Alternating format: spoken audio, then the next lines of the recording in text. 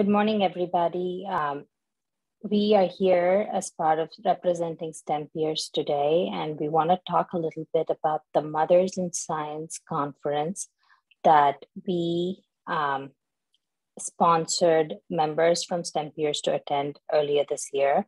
For those of you who don't know me, I'm Deepa Balasubramaniam. I'm one of the board members here at STEM peers for the last year, and I've interacted with many of you regarding various different transition and struggles we have in science at various phases. And one of the things that I've always advocated on this forum is career support, not just for building your career, but also the support that you need for childcare and mental health. And we've been active in supporting women on this forum and running a Women in Science organization.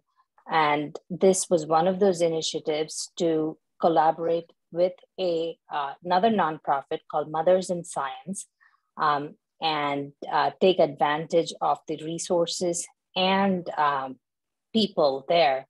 And so earlier this year, they had a global conference that we were able to sponsor people to attend. And Rajamani and Avanti, who would introduce themselves and talk about this, attended the conference as part of the STEM Peers group. So with that, I will pass it on to Rajamani.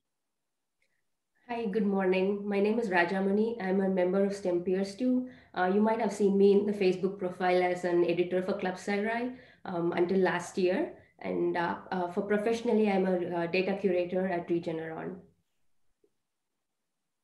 Okay. I'll introduce myself. Hi, everyone. Good morning. I'm Avanti, and I'm very grateful for STEM Peers for, giving me the opportunity to attend the Motherhood in STEM conference. Many of you may know me as one of the co-founders for STEM Times, our science communication a venture with STEM Peers. And currently, I am a postdoc in biomedical engineering at the University of Michigan. And I have a toddler, which prompted me to attend this conversation at this conference and, talk more and interact with fellow moms in STEM. Rajamani, do you want to go ahead and talk about the organization, the conference, and maybe you'll give a little bit of personal context of why you brought to STEM Peers this particular organization to collaborate with them? Sure. So my personal experience, I have a toddler now, but he was born just before the pandemic. So most of us, I did not have any support or anything to raise my son. It was do or nothing situation for me. And I had a work that was very demanding at that time. So it was a lot of things to figure out. And one thing that I figured out was I need to take a back step from my professional or career aspects. And at that time, I was a postdoc too. So it was not a very comfortable work-life balance, and it was very hard for me to figure it out too. I wasn't very active in STEM Peers as an editor of Club Sci or with any other initiatives as I took a step back. But I spoke to Abhi during the fundraiser of last year, and I wanted to donate to this cause to help mothers in STEM. And one of the reasons I want to do was I felt like if I needed a career break, knowing what are the options out there, where exactly I want to be in 5 years, there are people who may not have that clarity, maybe still trying to figure out what they want to do next. And having a child would have put them backwards, or maybe they also took a break. So I want to help moms like that, use that money to either give them childcare support during a conference or make them attend some online or virtual classes that would have helped their career. So that was my thought process when I actually donated for the organization. And Mothers in Science at that time, I received an email through 500 women scientists where they were doing a research-based survey on finding out how working moms and fathers, single parents, men and women in general are doing during COVID and how it's particularly affecting moms. So I thought that was a great way to cater to that organization. And they have a huge a network of experts across the globe. So it was, instead of trying to figure out something in the United States, this organization was focused across the globe. So I thought, like, instead of saying like mothers are the ones who are falling back, they are leaving STEM programs, they're not making the career transitions. I found that mothers in STEM as an organization are making it data relevant. They have data to support their, facts that we already know. So I feel like it's very powerful when you present the data. And this particular nonprofit organization, they just, in addition to presenting the data, they're also striving to make changes through policies and interventions, and they have team members who are dedicated to working on policy based on the data they have collected so far. So that was the initiative to bring them to STEM peers and help STEM peers also in that aspect. Okay. Avanti, can you add to this about what your experience was? I assume you came to know about Mothers in Science through STEM peers and Rajmani's Yes. intervention to, for us to go and attend this conference. So can you tell me what your learnings from the conference was, and how is this affected you and your personal and career growth? Sure. So I'd like to talk about, like, as Rajmani spoke about her motivations for, collaborating with this initiative and, sharing this. I'll also talk about mine. I had a daughter last year in the middle, just when the pandemic hit. I'm in Michigan, and she was born very prematurely, so at 28 weeks. And then we spent 3 months in the neonatal intensive care unit. So it was incredibly stressful. And as you know, as postdocs, you get, like, already we got really less maternity leave, and all of my maternity leave went when she was in the hospital. So which meant that by the time she was discharged and when I actually needed like the newborn maternity policies, I I had to resume work again. And then I actually faced a lot of those challenges of being able to go back to work as a full-time working mom and going back to research. And so it got me facing these challenges. And then when Rajmani shared this confidence initiative, I was like, yeah, I definitely want to attend it and learn a little bit more about how I could, essentially balance my work in time, and maybe look for more insights into optimizing productivity, as well as what I can do with my limitations and constraints here.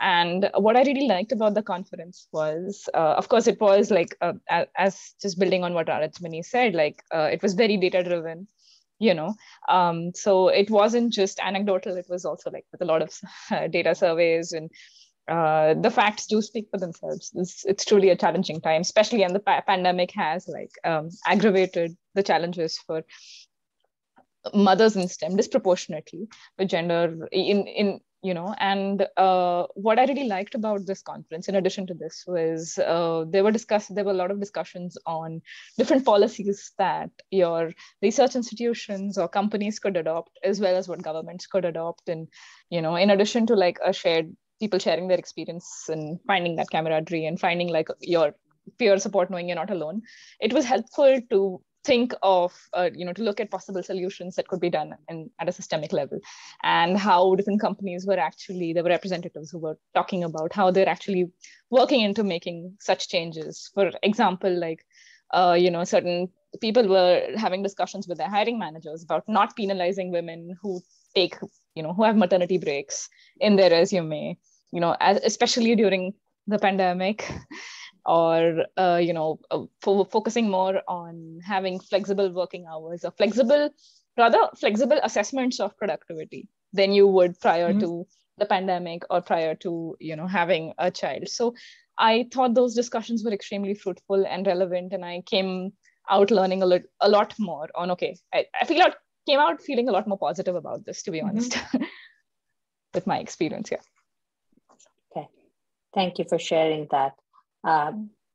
So from what I've heard a little bit about the conference, they said, I was told that several talks and discussions talked about factors that contribute something called the maternal wall, and either excluding or pushing mothers in general back in their career journey. So Rajamani, can you explain the context of the maternal wall and how this resonated with you? Because you said you had to drop off your postdoc and kind of, figure out a plan to make your career work, but not, kind of take a short-term break or choose a different path? Sure. So the maternal role that were discussed during the conference was over and over again, like penalizing moms for taking maternal break.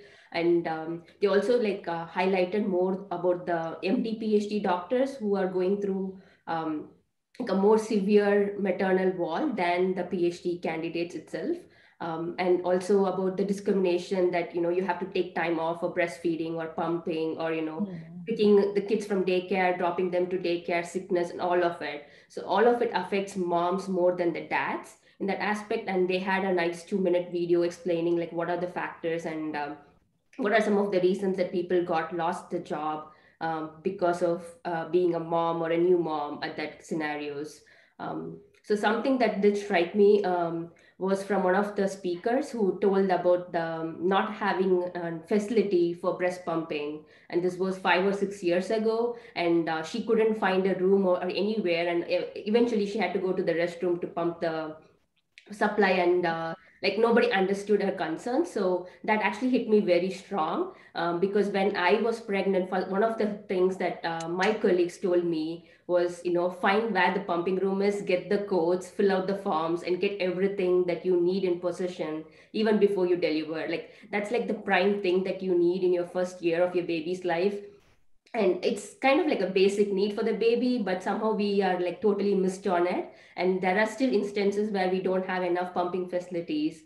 So when I attended this conference, I was still breastfeeding, so this was something that hit me particularly very hard.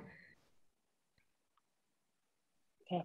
Avanti, do you have experiences or learnings from the conference to add to this particular maternal wall? Yeah. When Rajamani was speaking, I was just nodding my head, and pretty much I do echo a lot of her thoughts. One thing was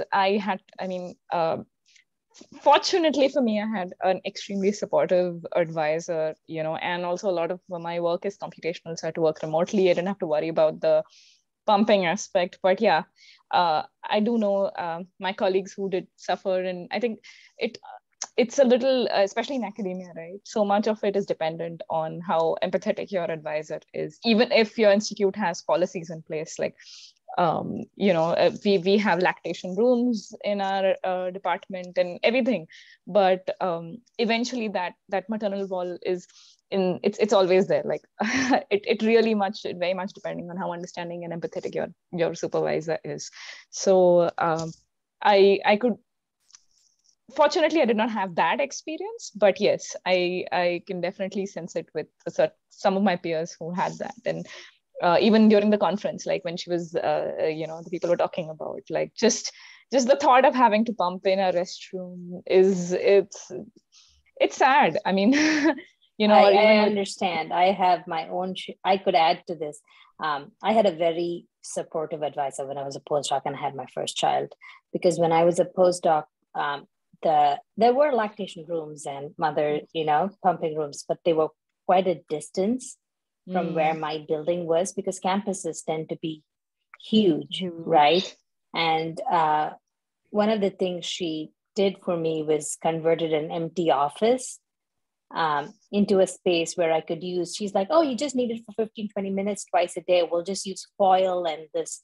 She found a kind of thing that we could seal the glass door, the window openings on the doors, right, because almost all of these are, and set it up. She was like, these are the keys. We'll just hang it in the our student office. So use it when you need to, have your privacy. And then at other times, everybody can do their work there. So, it so happened that we had an empty room because of certain moves, but she was more than willing to help people who, she was like, oh, this will save, there's two things, right? It would save me time. I would be able to spend more time on work when I was, instead of walking across campus and figuring out things. At the same time, it was the comfort of, knowing that I was close to my own lab and my own people. So yeah, it takes a lot. It takes a village of support. And when you get it, it's really nice. But when you don't, it's a struggle. Yeah. So and actually building off what I'm so sorry that Rajmani had that experience. Yes. For the conference, there was a separate Slack group, a channel as well, where people were also sharing their experiences. And I just, what struck me was one of our peers, she had an excellent advice postdoc experience for the first year, even until she got pregnant. And then there were like a lot of these microaggressions. So on principle, they were happy, but like, so she was sharing that experience of how in the Slack channel that it got really bad in terms of pumping, even though there were the facilities next door, but just the different microaggressions about, oh, why do you need to go, or why do you need your child just constantly sick, can't you hire a nanny? I mean, small things, like not small and big things, but even the interactions change. Like it seemed like her value, she felt less valued by her PI, and eventually she had to change advisors, and then that had to wait, got into a whole visa hurdle, a lot of the other issues. But it was really unfortunate that it came to that as well, that we had to change labs because of, and the mentor said, oh no, I was very supportive on paper, I was really supportive. So there's no way of showing that, but those who experience it know it. So. Yes, I understand. And I also want to add that because of COVID, I didn't have to go through that extensive pumping issues. But I know like my colleagues had that difficulty. So that was the first advice I got. But the microaggressions I can relate to, but like every time my son is sick or every time he doesn't eat in the daycare, they usually send him home because he hasn't skipped like a couple of meals. And I used to be like said like, oh, why don't you just force feed him? Like, even though I don't believe in those type of parenting styles, they'll just keep pushing it onto you because they need you to work. So it became very stressful with those microaggressions behavior. Agreed. I can imagine. Yeah. So were there specific factors that the pandemic worsened, in your personal opinion, or from takeaways from the conference? Because there's obvious, Mothers in Science has shared it multiple times on their Instagrams. I've read it in multiple articles. I have other friends who support mothers, especially in STEM, and many women either quit their jobs or the statistic is very, very lopsided about how the pandemic affected mothers in general, whether they were in science or not. For sure. So yes, I can add to that. I can definitely relate to that in my personal and like just seeing from peers. Even despite the fact that I had a super supportive advisor, like I found myself specifically, firstly in my case, we had so much of trauma, right, with the birthing experience and having a child in the ICU, and then fortunately everything is okay, but that the whole postpartum trauma lingers. Nobody talks about that. That's something that was addressed in the conference as well, like a postpartum depression, which is not super evident, but it creeps up on you. 100% there was like an impact on my productivity. I just couldn't. There were meetings when I was just zoned out, and moreover, the first year, whether you're breastfeeding or not, but especially if you're breastfeeding, right, the child is so dependent on the mother. No matter, you may have a very equitable partnership, and it is biologically skewed for certain things, in terms of just it's a little more demanding from the mother. And that being said, what the pandemic did was it took away all your work and home boundaries, right? Everything became one fuzzy blur. So for sure, just combined with the lack of sleep, combined with I think in my case, yes, postpartum definitely played a role in that. And I think COVID did exacerbate a lot of this, just because there was no place for me to have a partition to go to work and separate from that home life, or get a little bit of time just to myself to be able to focus and to think clearly. And aside from I think, like I said, like domestic responsibilities, my husband and I, we would share, but just in terms of physical and bodily demands and emotional demands from my daughter, there was sometimes she just needed the mother. So you can't really do anything in those cases. So I do agree that it played, in addition to pumping, and people think it's like, I know we go back and forth in pumping, but it is so exhausting. You can't, you'd say, you just pump and then get done with your work. It doesn't work like that. But exhausted, you need a break, you can't focus. It's So many and if you're factors. exhausted and you don't get a good supply, that stresses you out because, Yes, 100%. and that feeds into there's guilt, there is stress, there is, spending time figuring out how to fix that, right? Because it's a lot.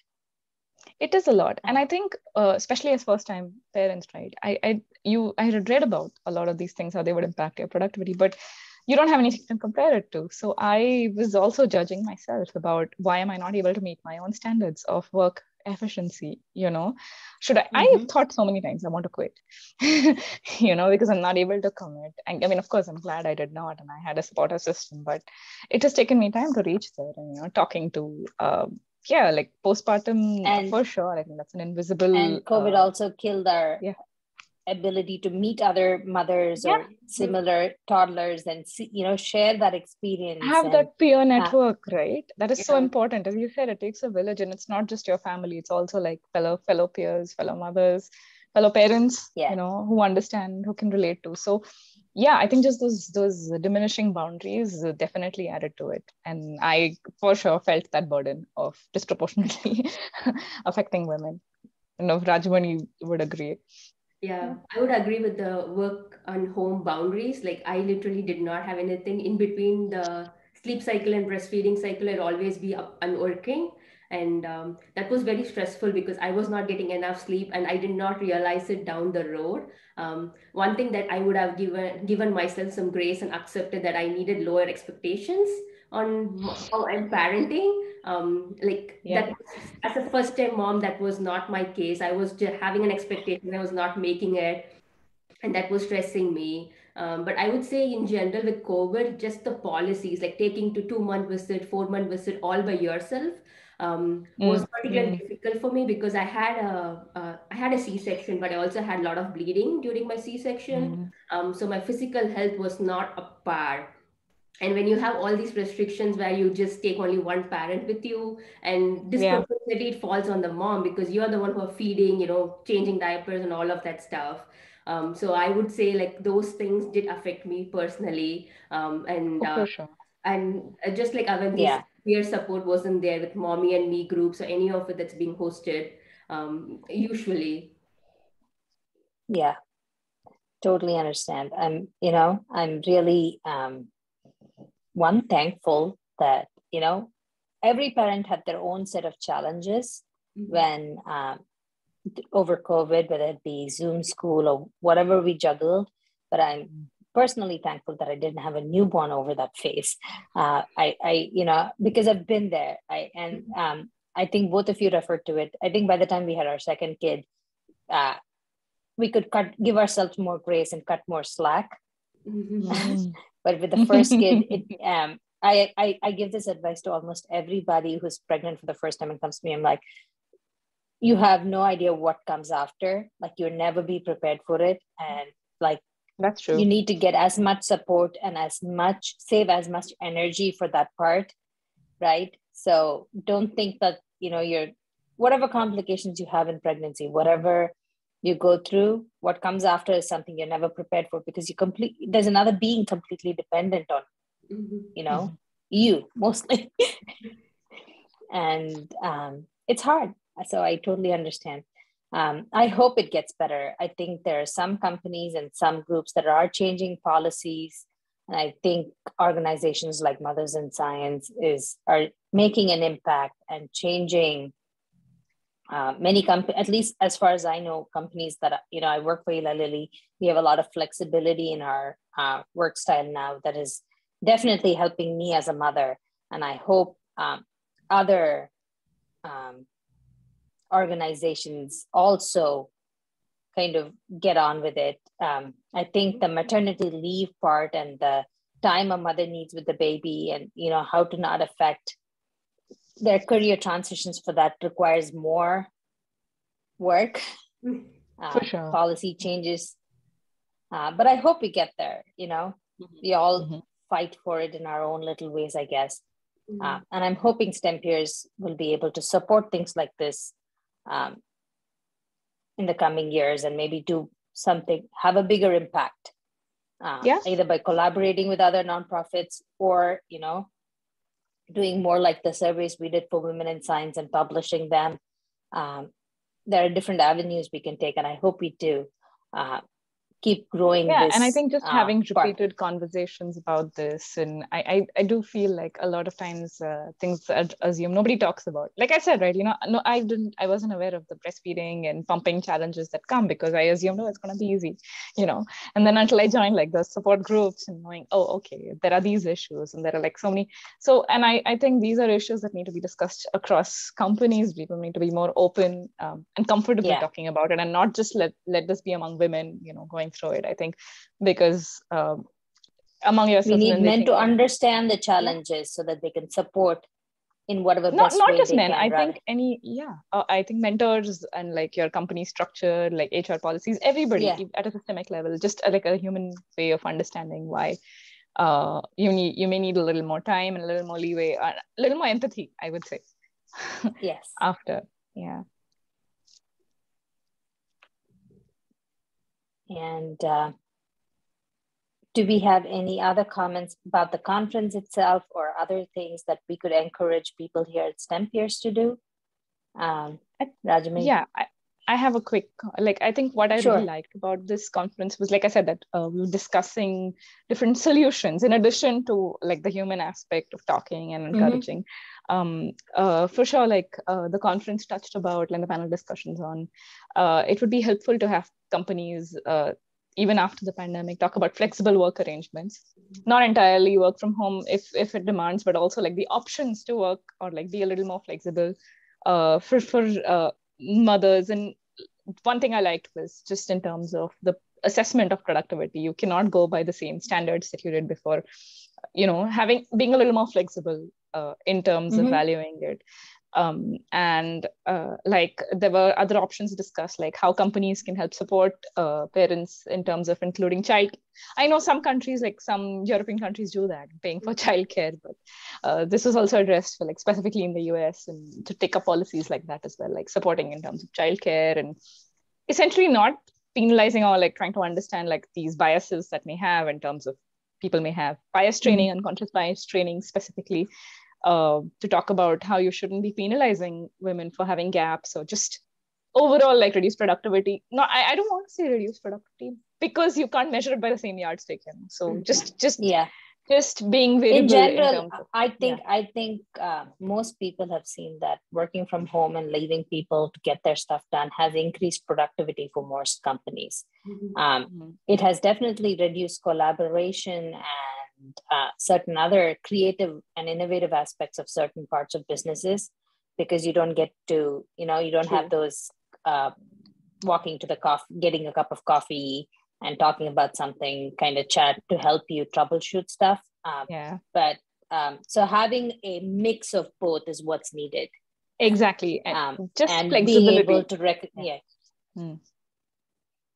Yes. I will also add to Avanti's point that the most of the conversation, the discussion was, we are talking so much because of pandemic, and we shouldn't stop discussing after this pandemic ended. We need to learn our lessons and keep it moving forward. I think that's really important for moms and our work culture in general. And for STEM peer members, I would suggest that all these videos are available on YouTube, and there is a section where the conference highlighted several organizations across the globe, mostly in European countries, but they do highlight the organizations and how they help moms who have a career break, or if you have a PhD, that some of these institutions provide full-term childcare until they are 3 or 4 years. So these might be some organizations that our members can look into and see if any of it is applicable for them. And if any of the moms can apply for it, it could be a good avenue for them to venture into. Okay. When we post this on the forum, maybe we could post a link to the YouTube, especially these resources. And I think, and then that'll be helpful for members. Yeah, I think you can share a blurb also, just an email among 3 of us, and we can kind of edit just to highlight the key before people read, just to motivate. What we realized with STEM Times is you need to have some catchphrase, otherwise people don't click. So we can maybe highlight certain. Yeah, sure. I understand. Yeah. Wonderful. Yeah. Thank you, Avanti and Rajamani, for taking your time to come discuss this conference and bring attention to, share your personal stories and bring attention to the resources that are available. I think this is something, most, at least in STEMPIAS, I think we're 50% women, and I think that's pretty much the case in most STEM programs. There's lots more women, and we all, as whether we aspire to be moms or not, we have challenges, and I think we can all learn from each other and help each other. So thank you so much for taking your time today, and hope you guys have a wonderful rest of your day. Yeah, thank you, Deepa. And yeah, I want to say thanks to STEMPIAS again for, sponsoring us to attend this conference. I'm so glad that, yeah. Yeah, I also want to thank STEMPIAS for this collaboration as well as helping us attend the conference. Thanks, guys. Thanks. Bye. Bye.